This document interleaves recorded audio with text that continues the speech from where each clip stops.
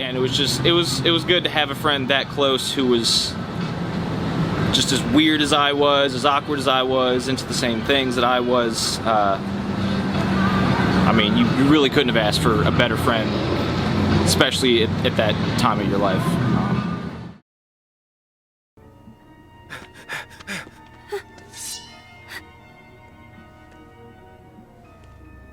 Elsa.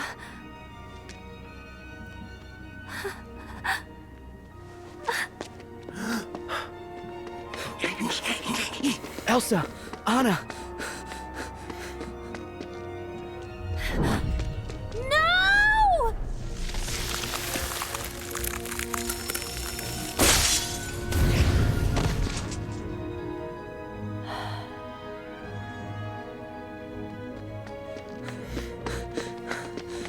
Anna.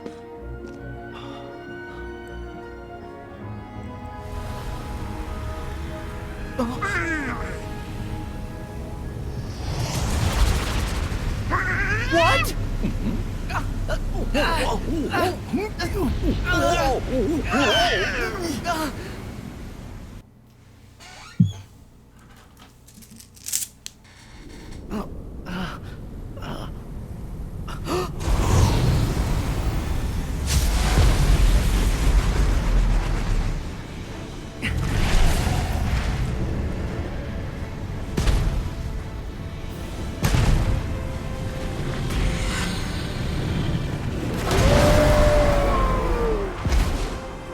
Hunty the Winter Wolf. Do you really think this will help Anna?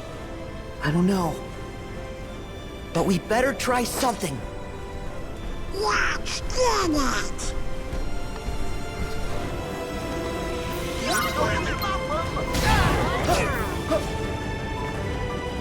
Yes! Take this!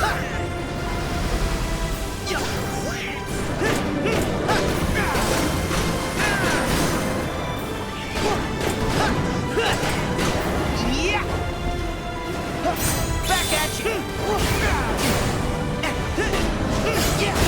There! Heal! Thank you! Back off!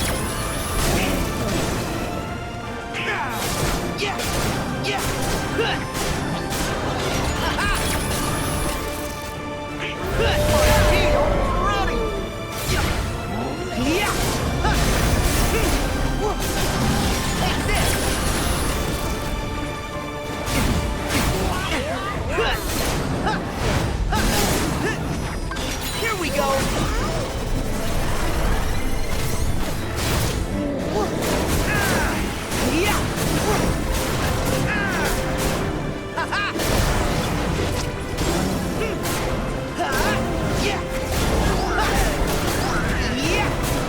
Come on! Got him!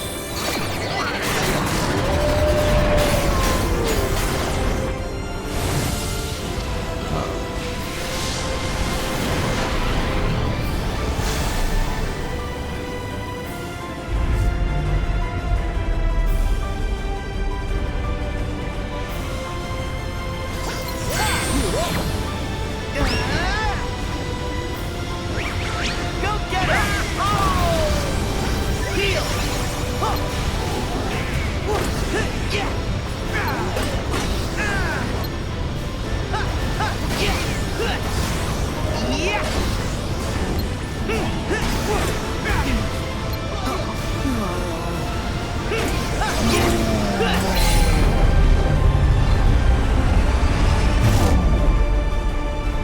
Together! Come on! You're out of here!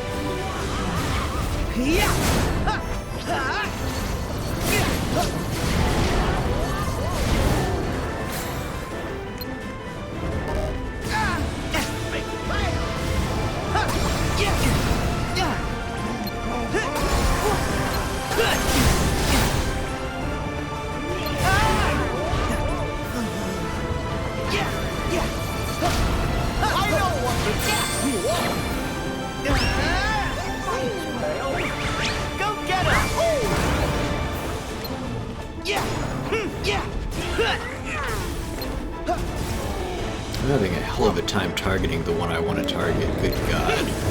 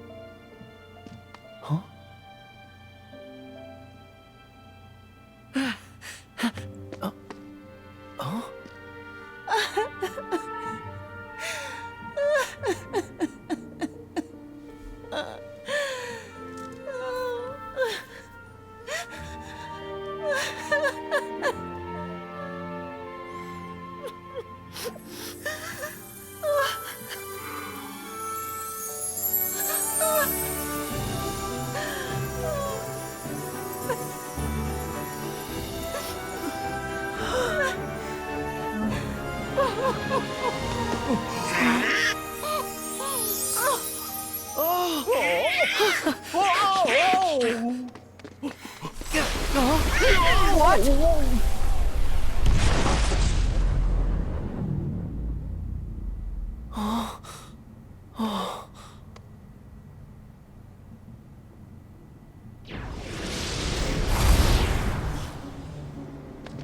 So love has filled both their hearts with light.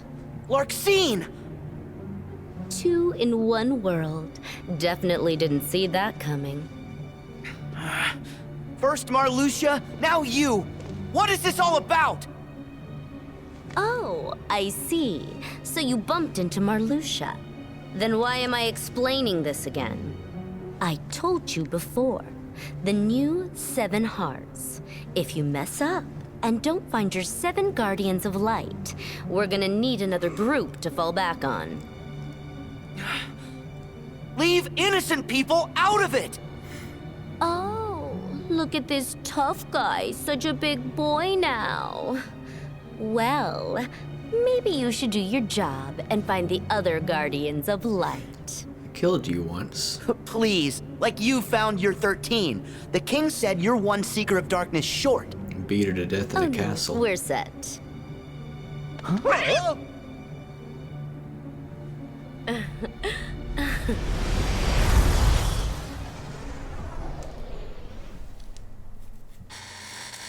They have all 13?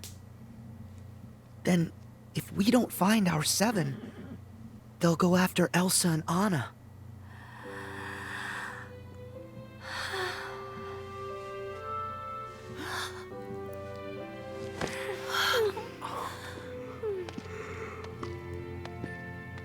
It'll be okay. They're strong.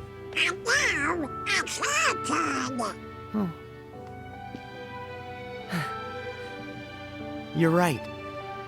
They have each other. Anna. Oh, Elsa. You sacrificed yourself for me? I love you.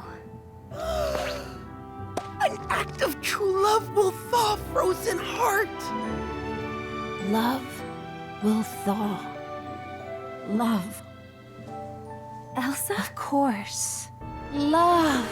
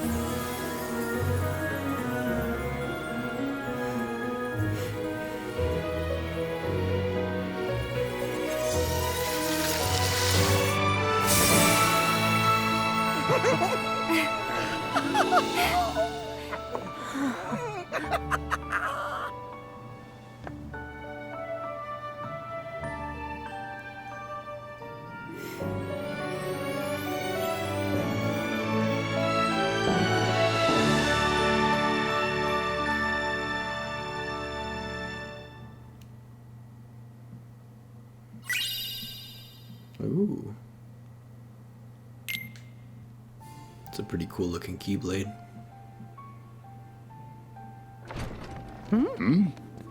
Oh, Sorry we're late. It's okay. You got here as fast as you could. The organization claims to have their 13 darknesses. Do we believe it's true? I don't know. But there's something else they keep mentioning. They're after a new 7 hearts, which seems to be code for, let's go bother more princesses. Well, as the original princesses of Heart's time for protecting the pure light has ended, they have passed the light to others. Our enemy must certainly be cognizant of this. If the new 7 hearts is what they wish to call them, so be it. But Kairi hasn't passed on her power. Is she one of the new 7? She must be. But still, she chose to wield a Keyblade and fight with us as one of the Guardians of Light. Yeah. We haven't found Kira yet. Hey, at least we've tracked down Ventus. The Natus told us that he's inside Sora's heart. And so did Ansem the Wise in his data, so it almost certainly must be true. Oh. That's great! Now we can rescue Ven! Maybe. Except Aqua's the only one who knows where he's hidden. We still have to find her first.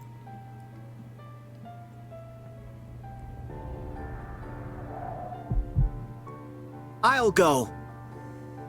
What? Is that wise? You need the power of waking, Sora. Do you have it? No. Probably not. Without that power, you are not ready to face the realm of darkness. Come on. What's so funny? Sorry. Master Yen Sid knows you a little too well. He said you'd try to stage a half-baked rescue. Yeah, laugh it up. Sora, I know you're volunteering because you're worried. About me and Mickey. Yeah. Well, thanks. But the power of waking's important. You can come to the rescue once you've got that. Sound fair? Yeah. All right. But be safe. No reckless stunts. Yes, sir. Show us the reckless one. No, not exactly. He just doesn't think. If only he listened to Master Yen Sid the way he listens to Riku. That would be a good start. I'm listening now.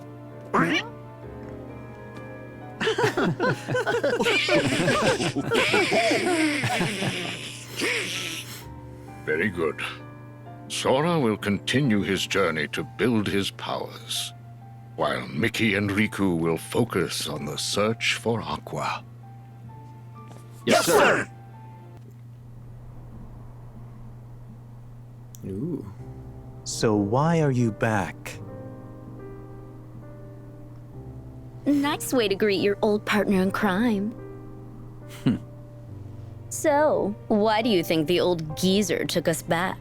He must know we backstabbed the organization when Xemnas was running it. Xehanort doesn't care about you or me. To him, we're nothing but empty husks. The old organization was the same. Xehanort needs 13 vessels to hold his essence. Husks? Not me. You up for another coup? Oh, please, you couldn't do it last time. You gotta play it smart, like me. What? You're not smart? Well, you heard what Marley said. I don't have to be smart. Or capable, or likable, or attractive.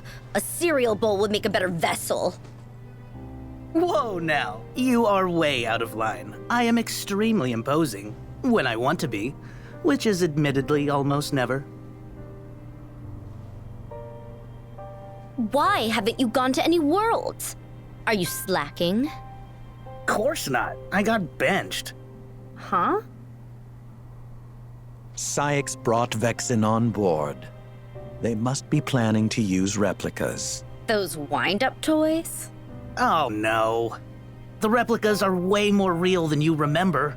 I mean, one stole my spot. Of course it stole your spot. You're dumb as a brick. Hardy har. Vexen's latest replicas are no mere puppets. The Riku replica we used in Castle Oblivion was just a prototype. The next replica, the one crafted from Sora's memories, was real enough to join our ranks. And Vexen claims the new ones will be human in every way. If he ever finishes them. Oh, the thing is, I kinda told Sora and his nitwits that we're ready. My bad. Let them believe as much. Ugh, Xemnas. If they think that we have all 13 darknesses, then they will panic. And panic leads to a lack of preparation. Yeah, totally. Why is this thing a member again? Hey now, pointing is rude. The first 6 members of the original organization were all apprentices to Ansem the Wise, and the 7th and 8th members joined thereafter. The 13th member was Roxas, a Keyblade wielder. So, what about you? How do you suppose I chose numbers 9 through 12? Because our hearts are uber powerful. Wrong. You have been brought together for another purpose. What? So that we can rot away on the bottom rung? Ugh, you're in too? What is this, organization rehash? I happen to play an important role. No one benched me. You were listening? So not cool. One must hold one's cards as long as necessary. What important role? That stupid box that Xigbar claims is real, but won't tell us a thing about? You'll just have to ask Xigbar that. Now then, Xemnas, what is this purpose? You didn't invite us back for old time's sake. You 4 are going to reveal your greatest secret. The ancient Keyblade legacy that slumbers within you. Huh?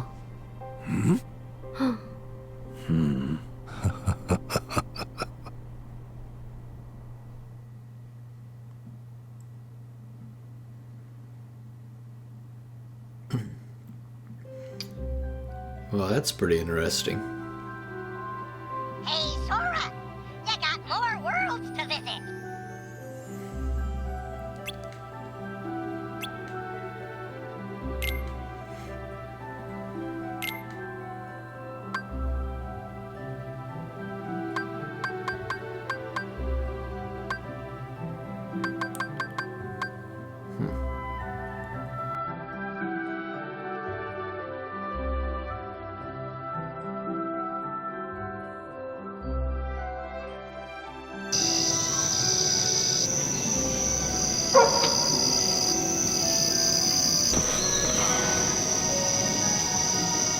That was good.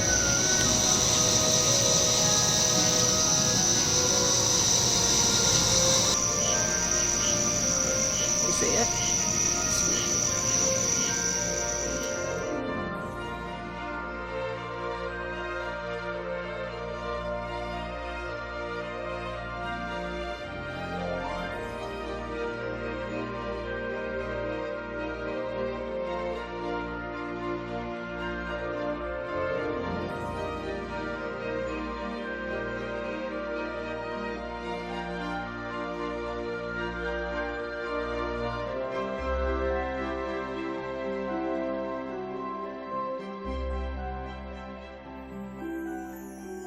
Jamison and I both loved the movie Interstellar.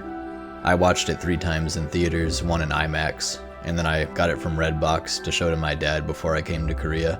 And I've seen bits of it over and over since then. Jamison watched it I think several times with his girlfriend Catalina. They both enjoyed it. Jamison liked the science of it. I really liked the themes and motifs, the music, the acting. I liked everything.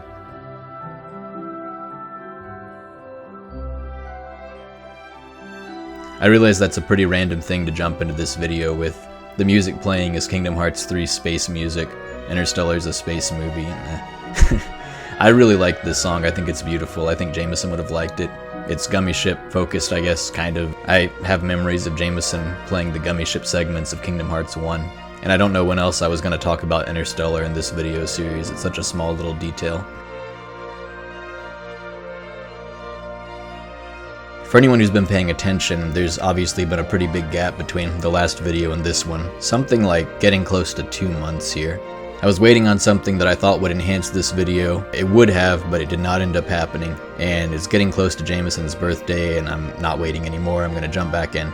Pretty out of practice, but anyway. A few episodes back in this series, I showed a road that was really important to me and Jamison and our family, and this is another of those roads. We drove up and down it all the time since we were kids. I can't say the name of it, but it is one of the nicest, to my ears, to my heart, road names ever. I just don't want to accidentally compromise anyone's privacy.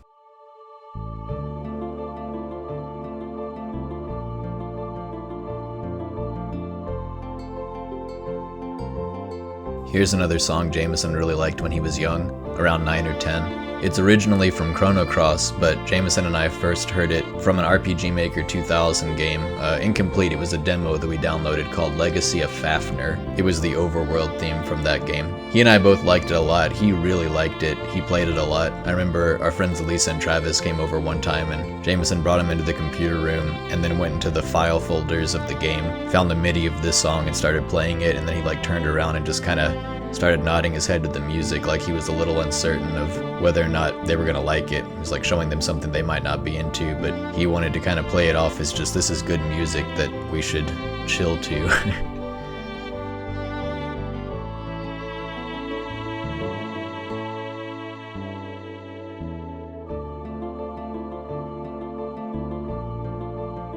So in this video I'm going to be showing the elementary school that Jamison and I went to.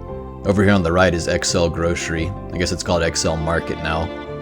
That place is a landmark location in Bagwell family history.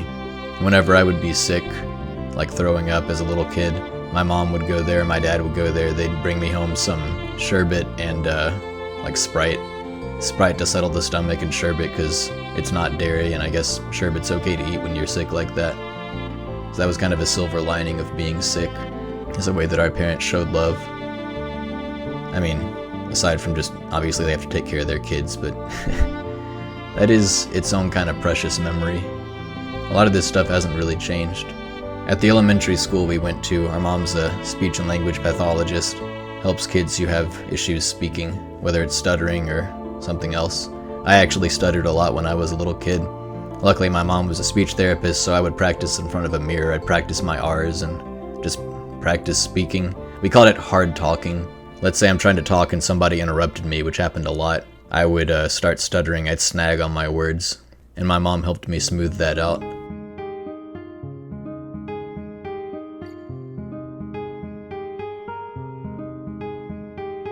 We would often stay after school instead of riding the bus home because we would just go home with our mom when she was done with work. I remember in elementary school, I was in 5th grade when Jamison started kindergarten. And I remember him coming home from school and going to sleep pretty early for the first several days. And my mom said something along the lines of, kindergarten is wearing this kid out. I guess just having something to do all day with a bunch of other kids and a bunch of tasks the teacher set just made him tired.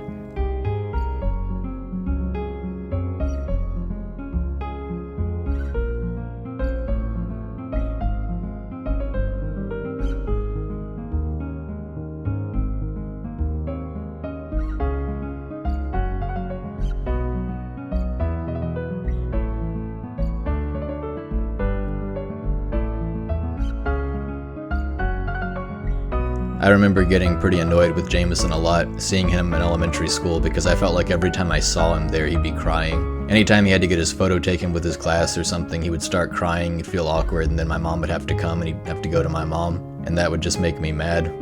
As a kid, I don't know why, it just made me mad. But I guess I talked about that stuff enough in the last video, I don't really want to get back into it.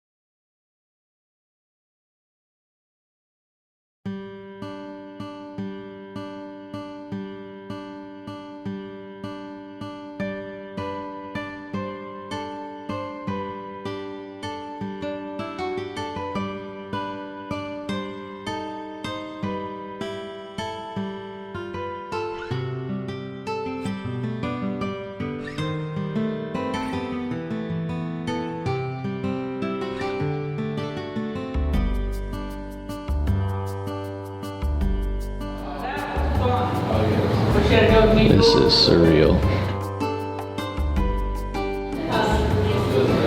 Was that here when you were? It was being painted when I was here. It wasn't finished until after I left, and I came back and there was more stuff in it.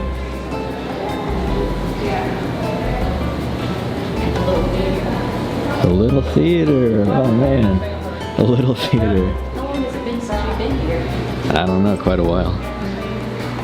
The little theater. How many times did Jamison cry because he had to take a picture in here or something? To go and hold his hand, or he wouldn't.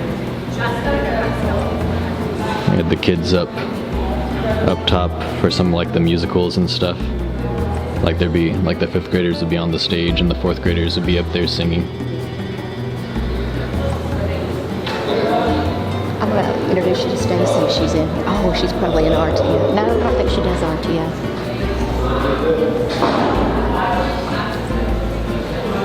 This is surreal. Yeah.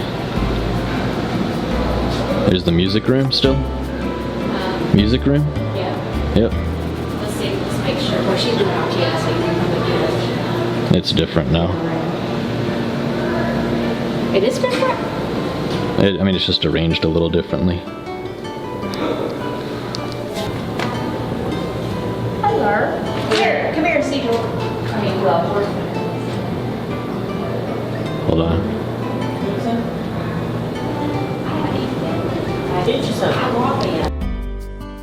This is the old office at the school my mom used to share with Miss Richardson. Jamison and I would come here when we were done with school for the day and wait for her to get done with work, and then we'd all go home together. Spent a lot of time in here. Retired years ago. Okay.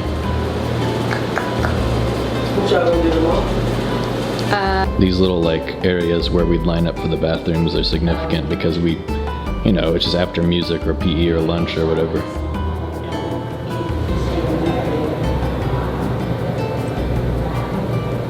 The library. That's where the library used to be. But you're in the back room. Okay. Just delete that and take pictures.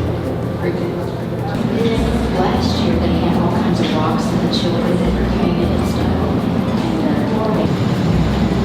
There's Labie. Labie. Come see George. I'm telling you, this wall here. That one right there, they made it. No. This wall was not here. This whole thing was open. Oh, okay. So there's like a side room now that didn't used to be there. Okay. Is Miss the lunch lady still here? No. Miss the lunch lady? Is Miss still here? Oh, Lord. She's still alive. If she is, she's subsisting purely off of hatred. Yep. Yeah, Miss Earhart. Let me see if I can turn the light on and see. Get on here. That's okay. I can just get a dark room.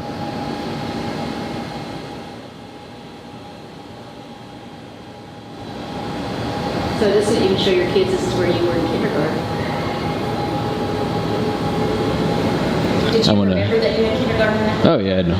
I remember kind of everything. Like I know I had 1st and 2nd grade out in the portable classroom thing. First grade. And 2nd too. I had 2nd with Miss Daffron out in one of those. Yeah. And then 3rd grade I had with Miss Daffron in a classroom, and then 4th and 5th were in the classrooms. Yeah. I'll get the door for you.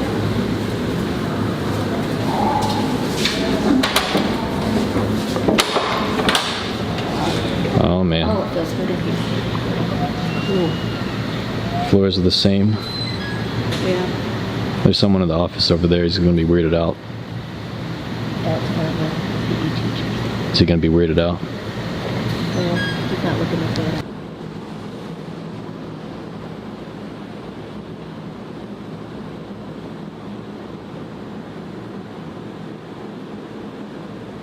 Memorial last year. Yeah.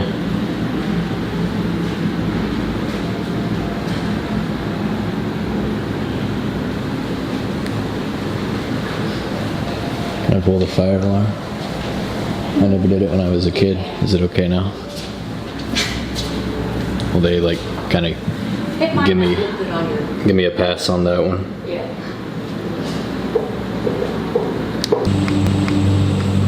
Look, that's great. Everybody's trying to get the building, like stand out there and get the whole front. As we were pulling up, I got it.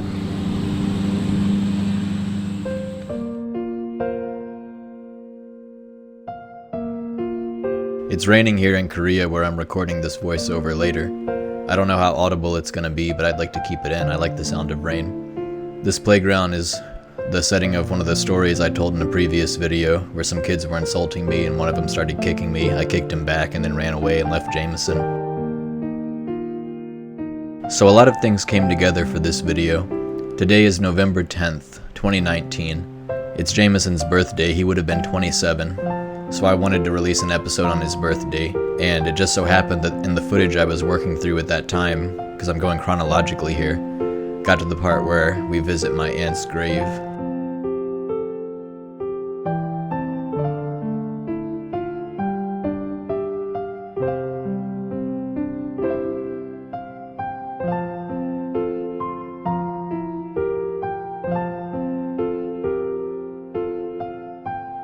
This is for my Aunt Hope, my mom's younger sister. She died of cancer at age 49 on November 12th, 2015. So I was in Korea when she passed. Hope was Gunner's mom. She was always nice to me and Jamison. She was a constant fixture in our life all through our childhood. When she died, Jamison and I talked about it some on Messenger. She was my mom's best friend.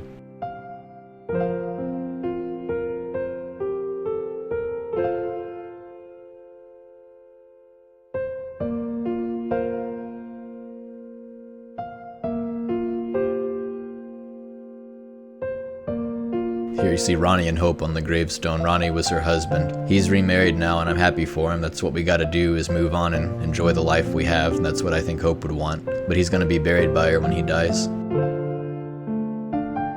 Also in November, this time November 6th, 2016, my Aunt Donna passed away, also from cancer. She was my dad's older sister. Aunt Donna grew up in Clarksville, but she married a guy and moved to Maine for him, so for all of my life we've had relatives in Maine. Took some trips there for our cousins' weddings when we were kids.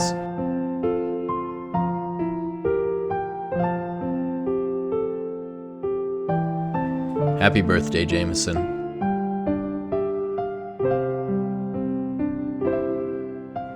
I'd like to think that he and our Aunt Hope and our Aunt Donna and our two grandparents on my dad's side, and our grandfather on my mom's side, and Mr. and Mrs. May, and the friends Jamison met in rehab who died before, or maybe after he did. I'd like to think they're all celebrating right now, throwing him a birthday party in heaven. For this video, I'm shoving in all the rest of the Clarksville stuff before I move on to the California parts of my vacation footage. This will be the longest video I've ever put on YouTube. And I don't know, they got all kinds of stuff. Do you like pasta? Yeah. They've got a rattlesnake pasta that Angie gets. There's actually a rattlesnake in it. I don't have any problem with working till I'm old. Oh, no, I don't either, but I just never would have thought, and I don't know, I guess I thought y'all stayed a little further than I was going to be.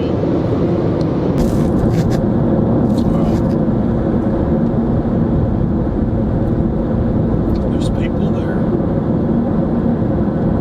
At the creek? There's people. There's a car there right now. Huh. Oh, the church is back. They built a new church. Does this change your...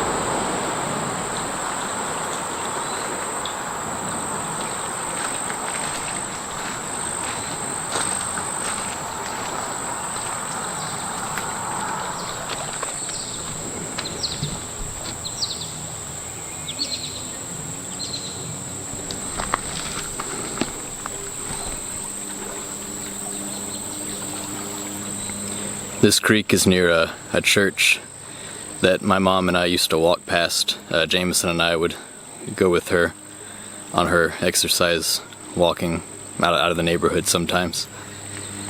I think Jamison, when he was a little older, would come here with his friends and fish and stuff, and I think they probably did some drugs here. I don't know that for certain, but I know that when he was around 12, he wanted to come out here, and my mom asked me to come with him, and he was really mad and put out about that.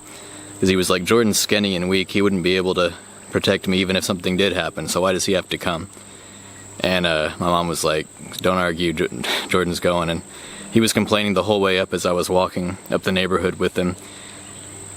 And I forgot what I was arguing back with him, and finally he was just like, okay, you're annoying, and just went back to the house and just gave up on going at all. In hindsight, I think maybe he'd wanted to do drugs, and that's why he didn't want me there. Probably wanted to smoke weed or something. I don't know. But yeah, I used to come here with one of his neighbor friends and probably some other people and fish and other stuff. But the church up there actually burned down. It got struck by lightning and burned down, but as we were passing just now, there's a new church that looks pretty similar, so I guess they raised funds and built a new one. I gotta go now. There's people here and I don't know who they are. I don't want them to take my camera. Not the most savory area, I guess. Okay, bye.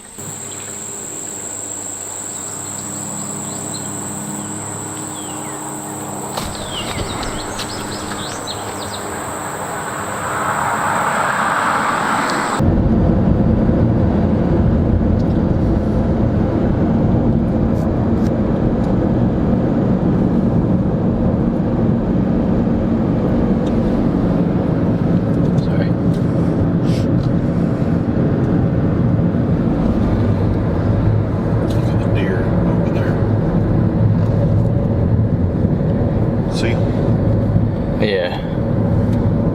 I don't think the camera got him though, that's okay.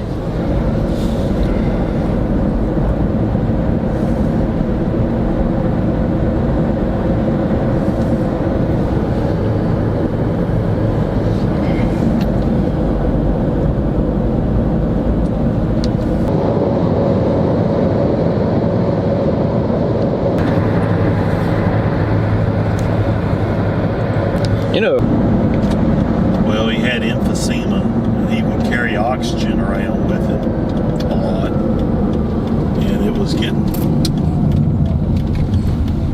where he was having some. This is my childhood home. This is my house. House Jamison and I grew up in. I wasn't born. My parents didn't live in this house when I was born. They lived in my dad's mom's basement. But, yeah, I was about 18 months or something when they moved here, and I don't remember not living in this house. This yard used to play with Jamison, and the neighbors used to be fascinated by ants. Used to attack their hills a lot, dig them up. I'm not super proud of that, poor ants, but we've had pets here. We had a dog who named Odie. I named him Odie because that's the dog's name in Garfield, and I wasn't very creative, I guess. Had a dog who disappeared one day when I was a little kid. I think maybe there was an old guy who lived in the house over there who didn't like dogs. We think he may have had something to do with my dog's disappearance, but we didn't know. Couldn't say for sure, but his wife used to jog up and down the street with a gun, like a pistol, because she was afraid of a dog coming up. At some point, some other couple or something was walking in the neighborhood, and there was a dog in his yard. As they were passing by, he was like, "Is that your dog?" And they're like, "No, sir." And he's like, "Well, I ought to shoot it." Just didn't like animals, didn't want animals in his yard. Remember one time there were like some baby kittens that we could hear coming from behind his house, and some of my friends, my neighbors, and I went and knocked on his door and asked if we could try to find the kittens and get them out. And he's like, "Okay, you go back there and you find them, and you better find them, because if I find them, and he just kind of grinned and gave us that, like, I'm gonna kill the kittens. I don't really want to talk about this, though. This is my house. I don't want to talk about my weird old man neighbor. He moved, finally. He's still alive, but he moved, he and his wife. Now there's a nice little family with a small child who lives there, so it's kind of breathing new life into the neighborhood. That does my heart some good. Because well, Jamison's gone, obviously, and I don't live here anymore. I don't even live in the same side of the planet. And, after I moved out, my mom said that she was depressed in this neighborhood, like this house, with the kids not being here anymore, and I think now my dad lives here with my stepmom, and I just think it's good that there's a child next door. Like, I don't know how to explain it. Just this feeling of new things and growth. I love this neighborhood. It's one of the most peaceful. I mean, you know, it's my home, so it's a certain way to me, but it's quiet, and my house is the last house in the neighborhood. There's woods on that side. There's woods on that side, and there's woods behind the house. Yeah, last house on the block, dead end. Block. How did I say block? Last house in the neighborhood. But yeah, this neighborhood is really peaceful. I think a lot of the people who live here have been living here for ages. I know my neighbors over there have people getting older.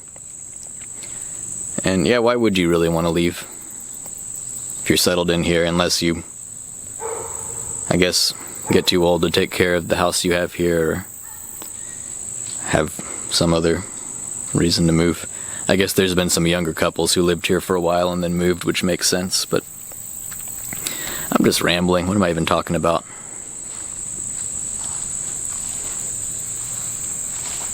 These trees here, this tree and this tree, they weren't here when I was a really little kid. I still remember when my dad planted them, and now they're a fixture of the yard.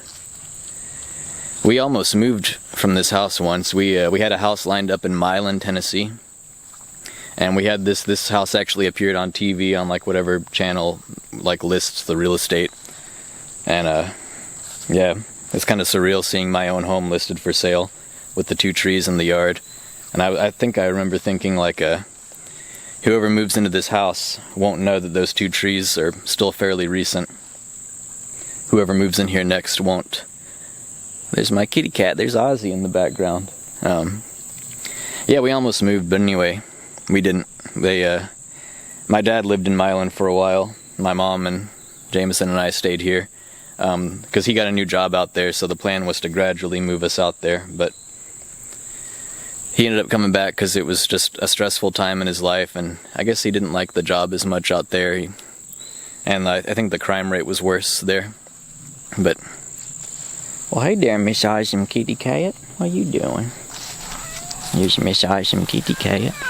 Oh, what you whining about, kitty? Hey there, sweet girl. This cul-de-sac. Used to ride my bike. Jamison and I rode our bikes with the neighbors, our friends Elisa and Travis. Rode our bikes up here. We'd have New Year's celebration, shoot off fireworks either right here at this cul-de-sac or sometimes down in Elisa and Travis's driveway over there. But I feel like more often than not it was here. And then for days afterwards there'd be, like, the road would be smudged black from where the smoke and stuff would shoot out of the fireworks we lit. There'd be, like, you know, bits of exploded things around. The kids, we would come up and, like, clean it up. The mailbox. This is kind of a silly thing to record, maybe, but we used to, where is it? Okay. We used to have a little white leaf chronicle box here for the newspaper. I guess they don't get the newspaper here anymore.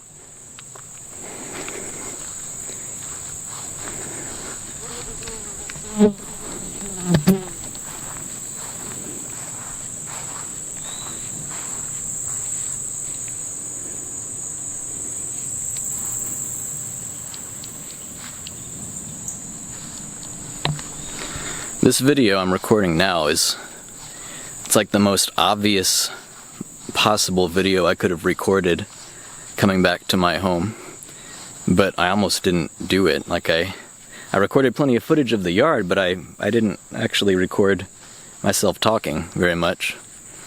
I'm glad it occurred to me. This is like my last day at this house, I think. I'm going back to my mom's tomorrow, and then I'm flying out to California the next day, the day after that. I'm going to be going to Costa Mesa, where Jamison lived when he went out there for rehab, and I'm going to meet his friend Josh Knight. You could hear the last song Jamison and Josh recorded is the one in the very first episode of this video series, episode 0. Ain't there yet. So yeah, that guy, Josh, Jamison's best friend out there. Josh, I believe, is also from Nashville, but they didn't know each other until they went out there for rehab, and they met out there.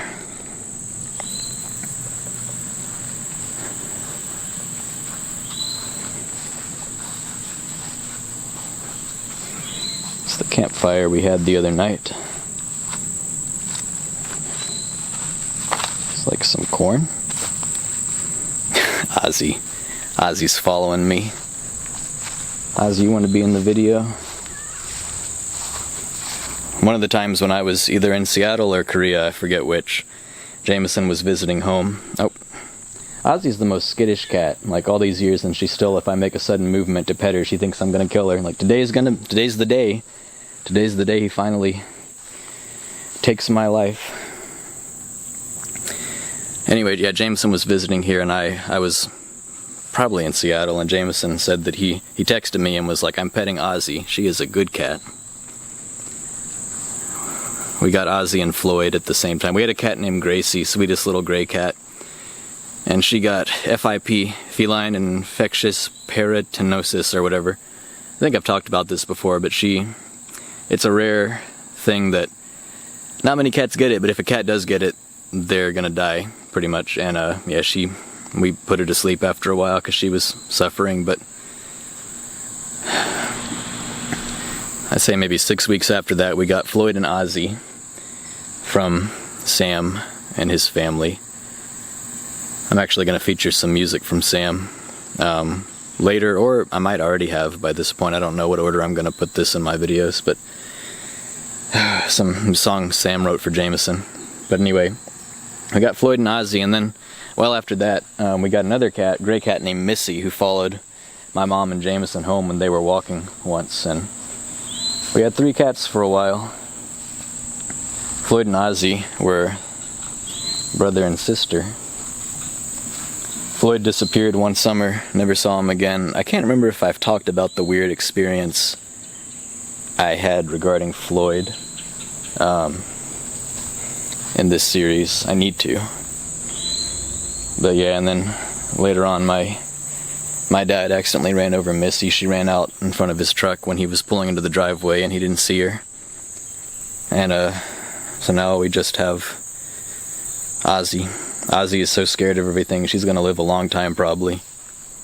She runs at the first hint of danger. Dear Ozzy Darrow. Thing about Floyd is when he disappeared, after he'd been gone for a couple days, I started to kind of get worried. Like it wasn't, you know, like Floyd to be gone that long. Usually I'd see him around or he'd come back to eat or something. So I went out in the woods looking for him and running and... Hello. I'm getting some flowers. Okay. Went out in the woods looking for him and Oh, you're talking to the camera. Yeah, sorry. I went out in the woods looking for him and was like calling his name and stuff, and I couldn't find him, and so I kind of gave up, and I was pretty depressed about that. Went back in and went to, I think I took a nap or something. I can't remember. I don't remember what I did, but a while later that same night, I came out onto the deck, and it was night, and I came out. Here, I'll just retrace my steps. I walked out here, and I kind of scanned the backyard, hoping I'd see him back there, and I didn't. And then I turned around, and I walked back this way, and he was on this. He was right here. Can you? No, I'm not filming. Okay. He was right here, and he was looking at me, and it was like nighttime, and the moon made everything look kind of hazy and white. And so I was really happy to see him, and I came over, and then he jumped off the railing, and you can see it's not very far from the railing down to here, and he's a cat, so he would have been fine. So he jumped off the railing, and I came over and looked over the side. I thought I'd see him down there, but I didn't. But then, so I guess I figured he had just run off, and I was just happy that that he was back. And so, you know, my mind was put at ease, so I went back inside and I guess went to sleep or something. And I never saw him again. I don't even know now if that even really happened or if I dreamed it. The fact that I'm not sure, I'm pretty sure I've said this before, whatever. The fact that I'm not sure makes me think it was a dream, but it didn't feel like a dream, and I remember it too clearly. I forget most dreams that I have, but this didn't feel like one, so I don't know. Anyway, I never saw him again.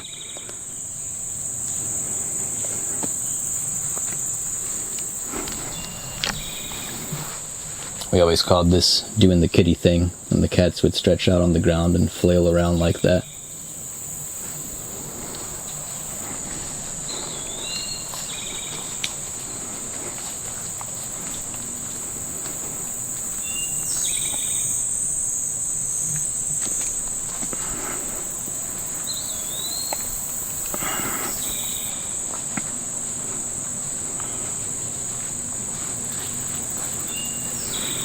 On this porch, well, it used to be a side porch here, we recorded Jordan's dream. Oh, there's a turkey.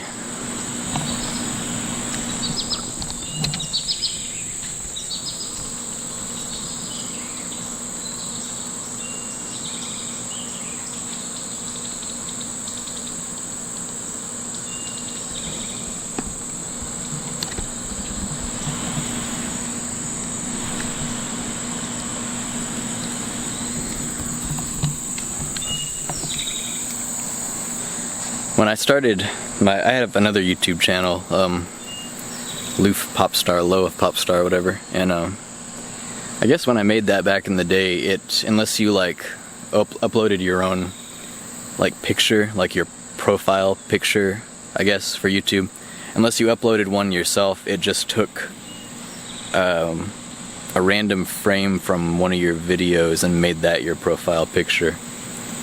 And that's what so it took a frame from Jordan's dream, and the frame that it took happens to be Jamison's mouth. And it's like a close-up of his mouth with kind of weird colors because Sam, our friend, did some video editing to make it look hazy and surreal.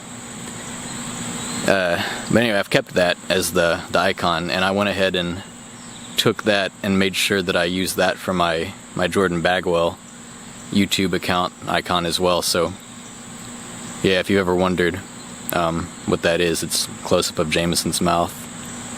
Jamison at the age of 12-year-old Jamison's mouth. I think it was when the close-up of him saying, "Give me back my diamond pickle," or "We need some blood," or something like that. It would have been me speaking though, because for those scenes I recorded his lines and he recorded my lines, and that was a weird video. But it's like a family treasure. I'm glad we have it. Down there at the corner, at the edge of the woods, there is where we used to have campfires occasionally, but now it's all overgrown. Or no, not really. Well, I don't know. Like the branches seem to be lower hanging than they used to be. But I guess now they have campfires here where the swing set used to be.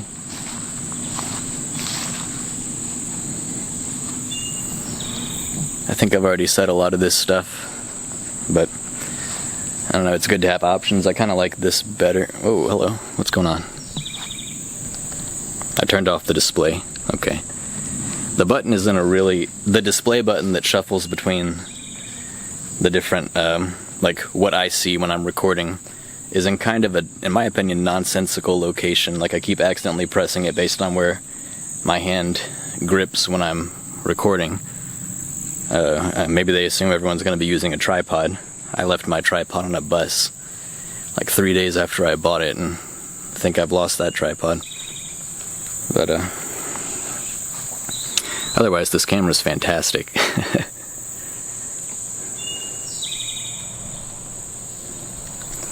Got some relatives coming to visit, so I'm just kind of recording this, waiting for them to show up. It's gonna be a full house tonight. So me, my dad, my stepmom Linda, my aunt and uncle, Uncle Dennis and Aunt Marilyn, their 2 sons, Landon and Shannon. Shannon is a boy, because Shannon used to be a guy's name before it started transitioning. Jordan's kind of becoming a girl's name too, but anyway. Landon and Shannon are coming, and they're both married, so they're both bringing their wives, and Landon has 2 kids, and he's bringing his 2 kids. There's gonna be like 12 of us in this. Oh, and my Uncle Earl is coming. So yeah, 12 of us in this house tonight. We're having dinner, we're having chicken, and we're having barbecue from XL Grocery, which is a fundamental fixture in my past and my childhood. When I used to get sick, and if I'd throw up, one of my parents would go to XL Grocery and get me like a sherbet pop thing and some Sprite, and it's like you sip on the Sprite to settle your stomach, and the sherbet is okay to eat when you've been throwing up and can't eat much. It like doesn't upset your stomach as much, I guess.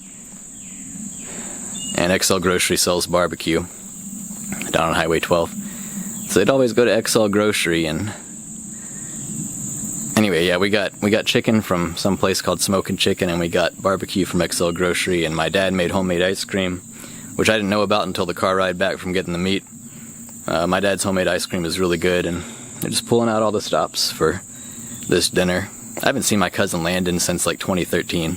Like seriously, 2013. Whew, yeah.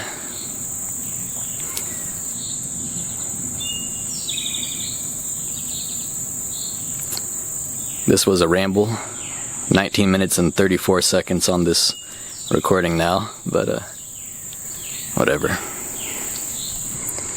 I'm gonna go ahead and shut this off now, I guess. This is my home. This is the house I grew up in. This is the house Jamison and I grew up in.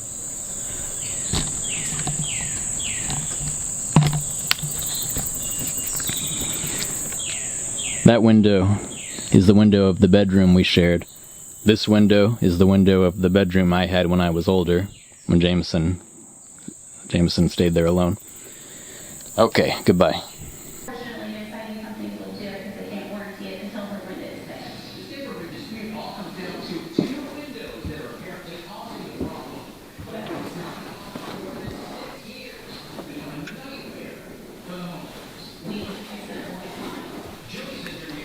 Hey. I need to introduce myself, or you can say whatever you want. You don't have to say your name. You can just say who you were to Jamison, whatever. Okay. I'm filming now. So I'm Stu. I was a good friend of Jamison's. I would say he was my best friend for several years. We'd known each other like more acquaintances most of elementary school, middle school. And honestly, in middle school, I kind of saw him as sort of a rival because we were both creative types. So I was always seeing him drawing, and at the time I thought he was better than I was, and so I was a little jealous of that. But we really got to know each other pretty well in PASS, and in high school especially, and after high school, I would say we were best friends for years after that.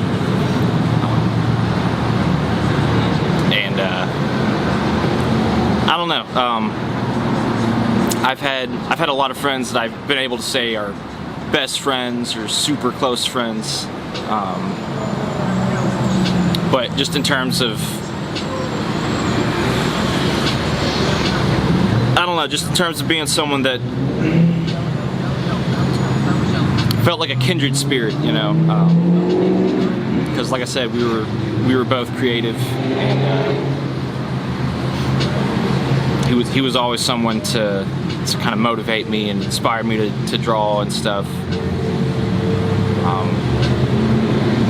I feel really awkward, kind of this like free-form rambling, by the way. I'm gonna cut it off for a second.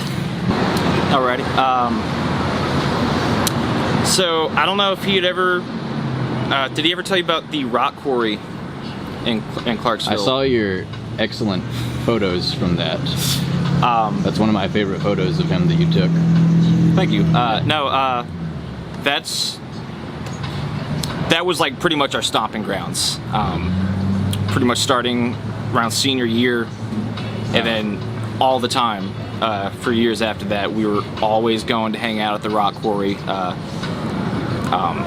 Because he was like me in the sense that he liked to just get out and explore and just see what kind of random stuff we could find here and there, and honestly a lot of it was just juvenile. Let's spray paint the quarry and let's throw glass bottles over the bluffs and see how loud we can make crap like that. A lot of fireworks and what have you. Really reckless, irresponsible stuff, honestly. But I mean, always a good time. Always a good time. Didn't have to buy crap or go do anything. Just hang out at the rock quarry and just screw around there. I wish we could have. I didn't. Where is the rock quarry? In Clarksville somewhere, I'm assuming? I wish we could have gone there, but I didn't know. I thought about suggesting that, but I was like, there's no way Jordan's gonna want to go to a damn rock quarry. No, that would have been great. I don't know like how to describe specifically where it is. I'm terrible with directions. It's kind of tangentially near downtown. Okay. I would say from the bluff tops around the rock quarry, if visibility's good, you can look out and like see some of the rooftops of downtown. Oh, okay. But I wouldn't say it's like literally in downtown or anything. Right. There's a yellow jacket by your ear, by the way. Okay. Thank you. So we had gone there a whole bunch, but honestly, we would just have like our plans generally like on a given day were just, you know, if not to the rock quarry, let's go explore. Let's just go pick a random place and just go see what we can find.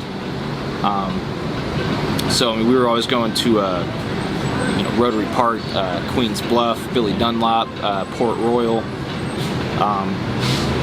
Honestly, as someone who stays inside a lot, doesn't really get out to do a whole bunch, probably most of the exploring of Clarksville that I did was just hanging out with Jamison. And so I don't know, he was just there through so much of a,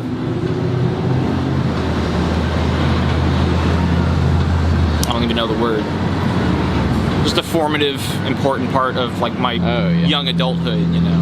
Going through the trenches of adolescence together. Exactly. Young adulthood, yeah. And it was good to have a friend that close who was just as weird as I was, as awkward as I was, into the same things that I was. I mean, you really couldn't have asked for a better friend, especially at that time of your life. So yeah.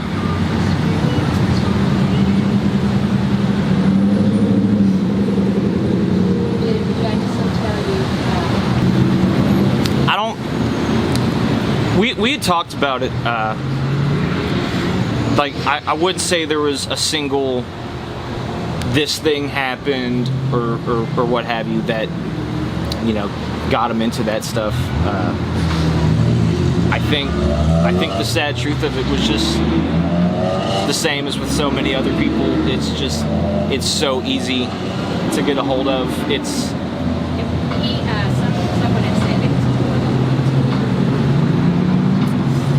He told us he was bored, like he just wanted to try.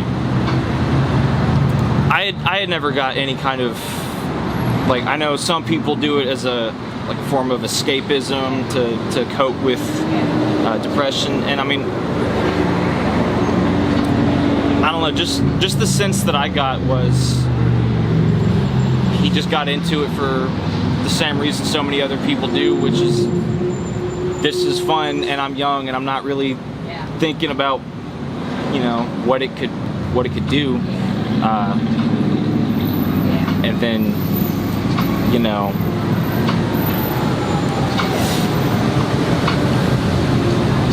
and it's really frustrating because, I mean, someone as smart as he was, I know he was critical enough to at least in theory know these things. You know, I wish he understood a lot about foods, but I don't know if he got fentanyl. I mean, I need to find that out from Colombia, but we were told, you know, when he passed that it could take up to a year to know or to get the autopsy report and the drug report of what was in his system.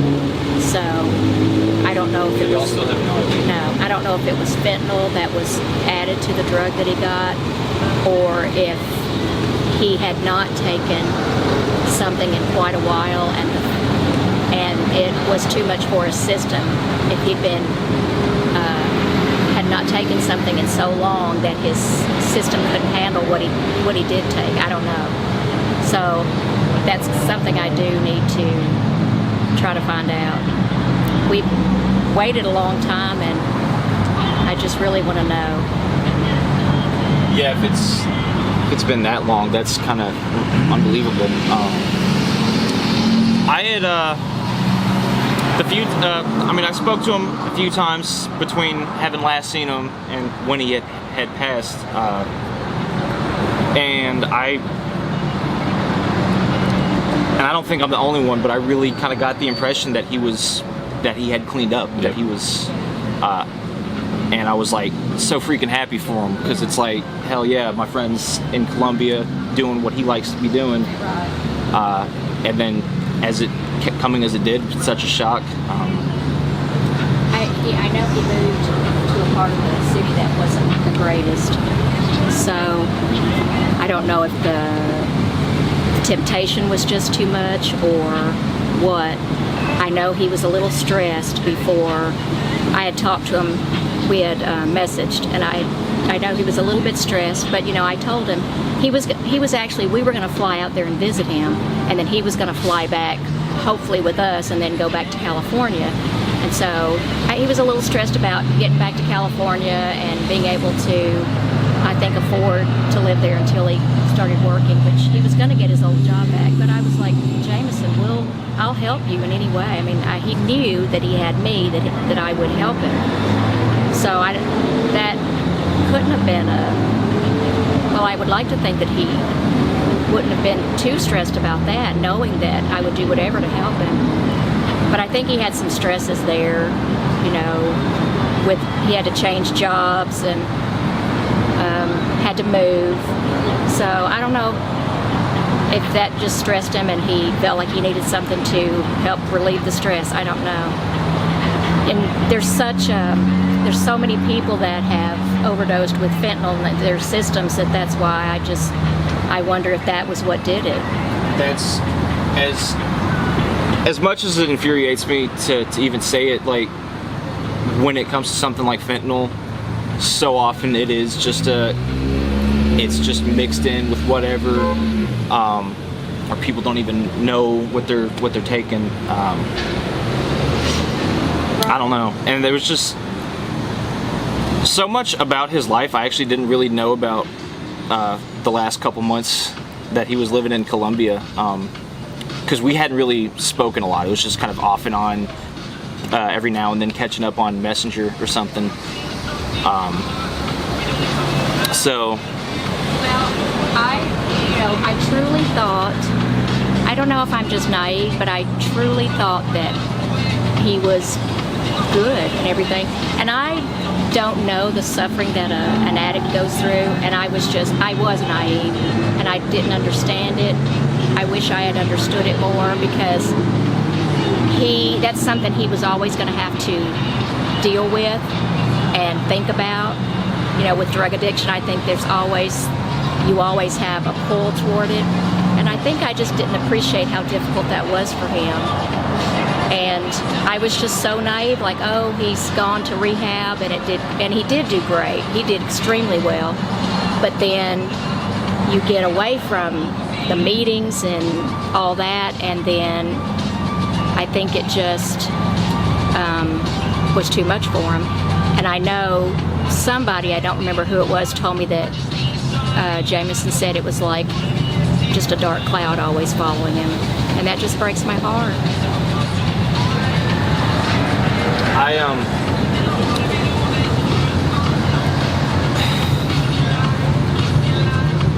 I had seen him like going through some of the worst parts of addiction. There was a while where I was just terrified for him. What do you mean? Explain that. Like, what was he doing? We'd be hanging out, and he would, I don't even want to say it, he would be taking some of the crap,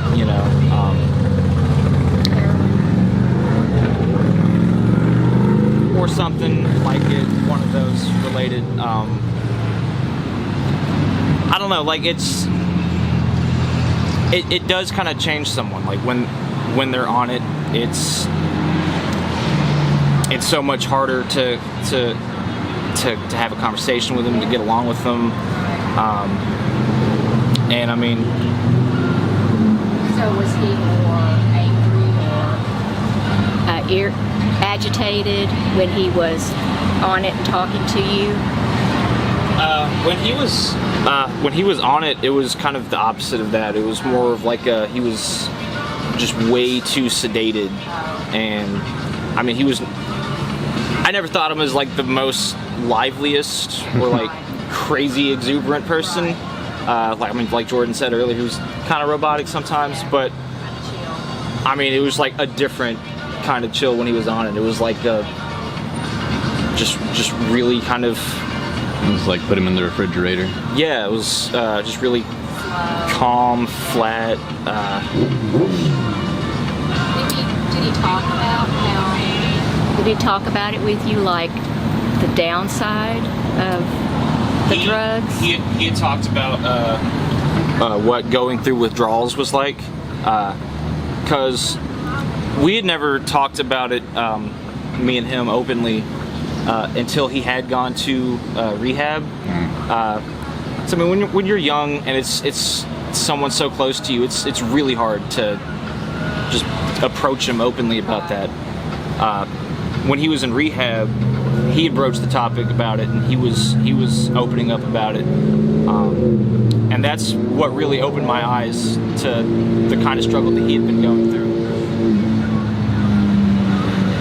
And then when he was deep in that place, he looked unhealthy. He was really, really gaunt and skinny, and he looked so much better when he was in California. He was like tan and like huge, and he was always smiling.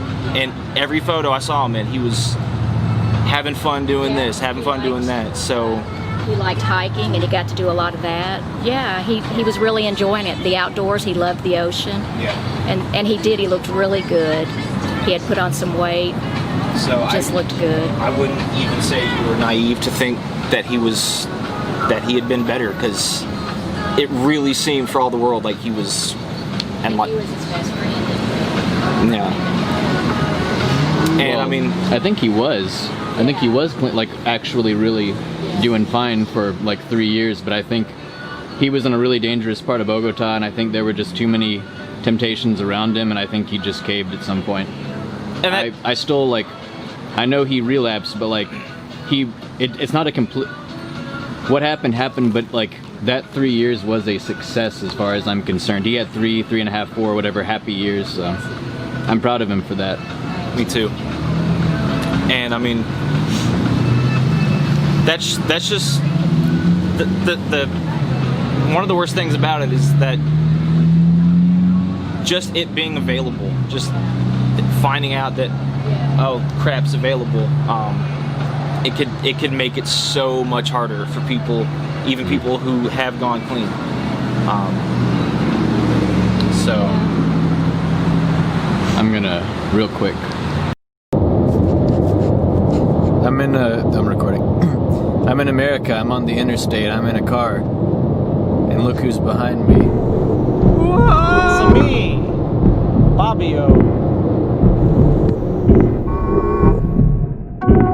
Stab him in the head.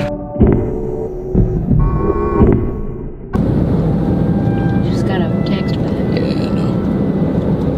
But I'm getting this beautiful sky.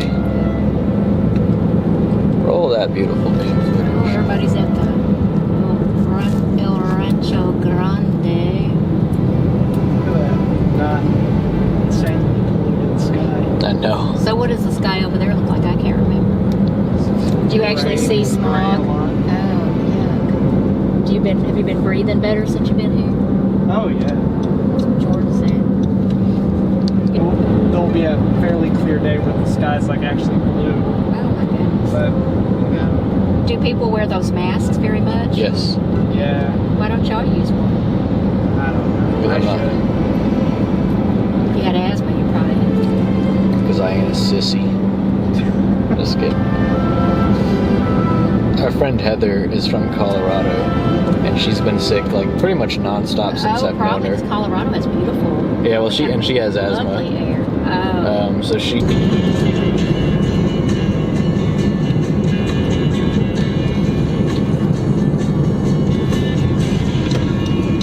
I ain't never seen nothing so beautiful as a street sign. What say on it?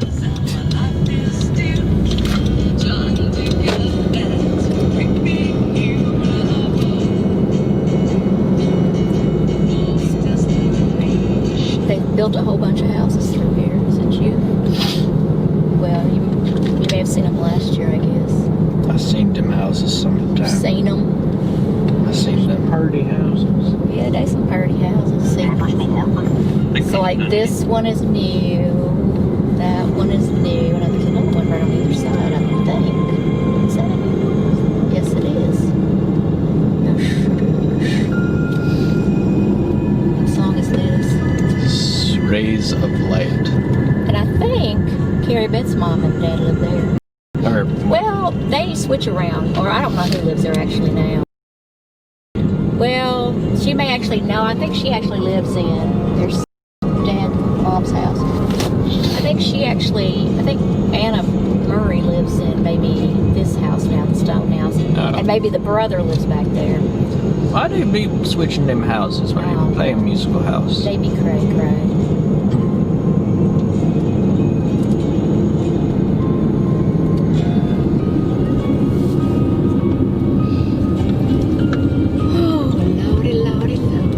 Thanks for driving me around.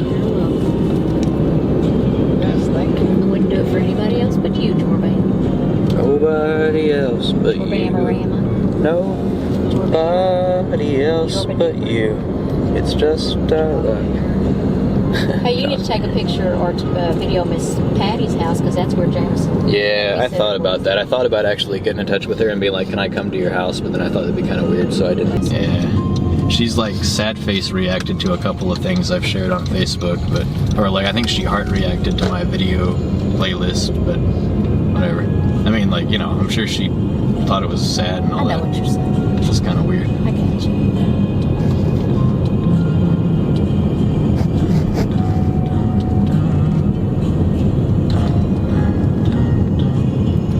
Bobby let me borrow his Witcher books when I came last year. Oh, really? To read on the plane. That's true. Well, Bobby's a nice kind of guy. My mom linked me to a song. I hate him, but just kidding. But my mom linked me to a song on Facebook last week or the week before, and she was like, "Listen to this. I think you'll love it." And I listened to it, and it was the from the Witcher 3 title screen, and I was like, I didn't think I'd see the day when my mom links a Witcher 3 song Let me do a turnaround in there. Okay. Okay, yes. Oh, yes, very good.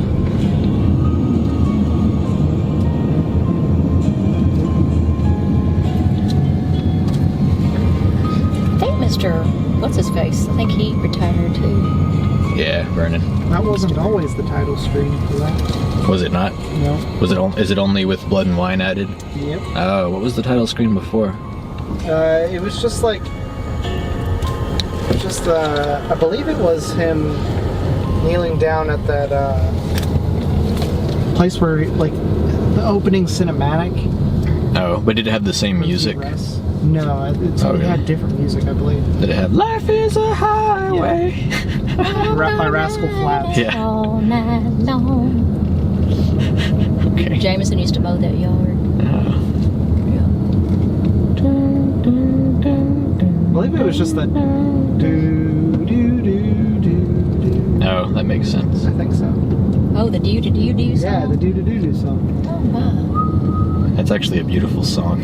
It's just like, you gotta hear the actual orchestral version. Well, I don't see them sitting outside. Maybe the squeeters got to them. The squameters. I don't know. Maybe it's not late enough.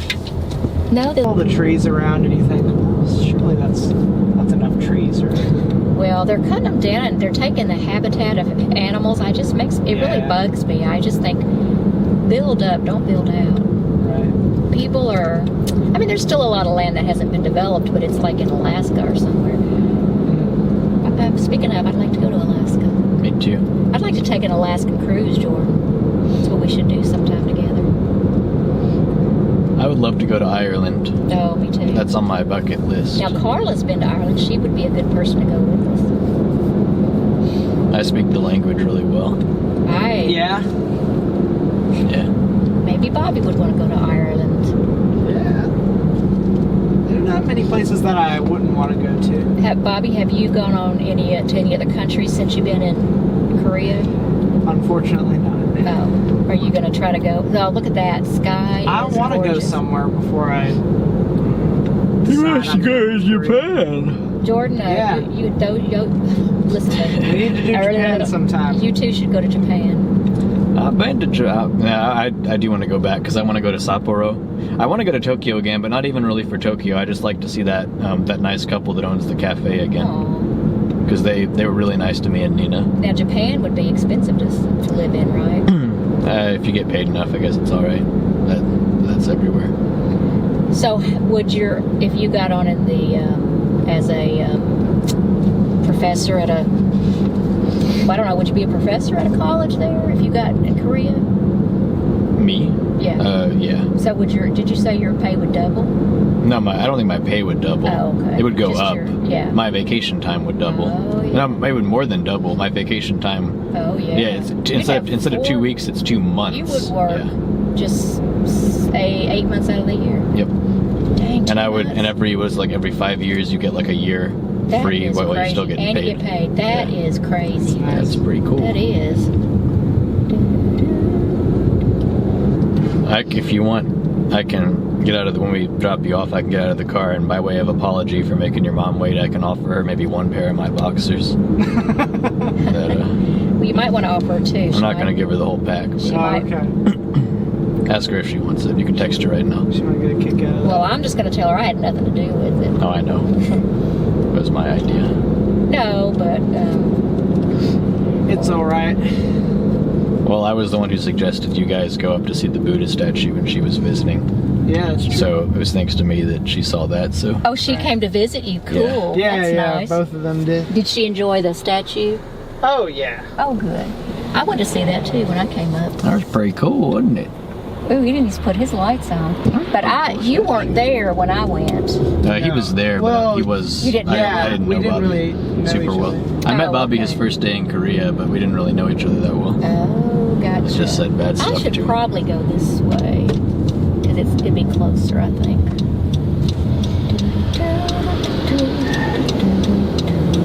I'm gonna need this autofocus to know what it's doing. Come on now, come on, come on. Yeah, your mom's probably like, it's 8:22. We need to get home. Sorry. Nah, it's okay. Yeah, you need. That'll be all right. You need to get out and apologize profusely. Yeah, I'm gonna get out and say something. I'm gonna offer him a Venom energy drink. Oh, you got energy drinks? Yeah. Oh, I was wondering what that was. I thought it was like a Dr. Pepper. I'm not even going to drink all of it. I just, I haven't seen these in, I don't know how many years it's Oh, I been. hate energy drinks. When you've let me have some. Well, like, I used to drink Venom on occasion, and Target sold it. Yeah. And I worked there, and I actually liked Venom pretty well. When I saw it at Walmart, I was, like, shocked. I didn't know they made it anymore. They really give you energy? Allegedly. I think that's kind of a... They give you energy, but they also give you a bunch of, like, sugar and stuff, so it actually... It makes you crash.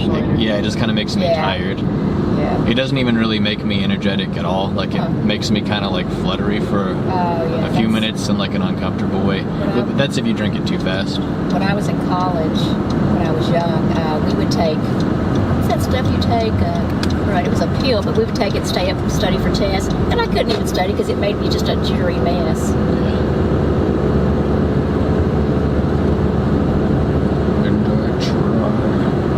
What was that stuff called?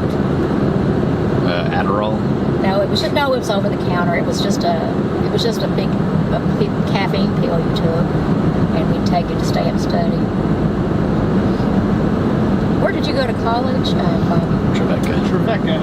Oh, that's where the other guy went, isn't it? John and Kim. Did Bob, you know them? Then? Yeah. Oh. Well, Bobby knew John. We were roommates for a while. Oh, crap! I meant to go that way. Nabbit. Bobby's seen John naked. Ew. Yeah. Don't tell me these things. It's going to make me puke.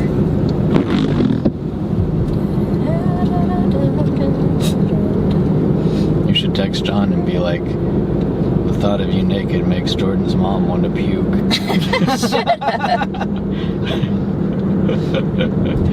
And John develops severe body issues, body image issues. Oh, you're such a weirdo.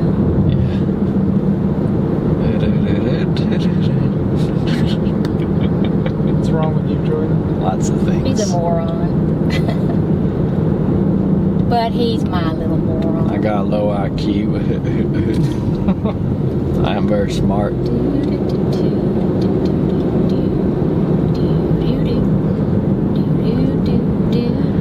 I can just record forever. It doesn't matter. I got 5 more hours left on just this one SD card.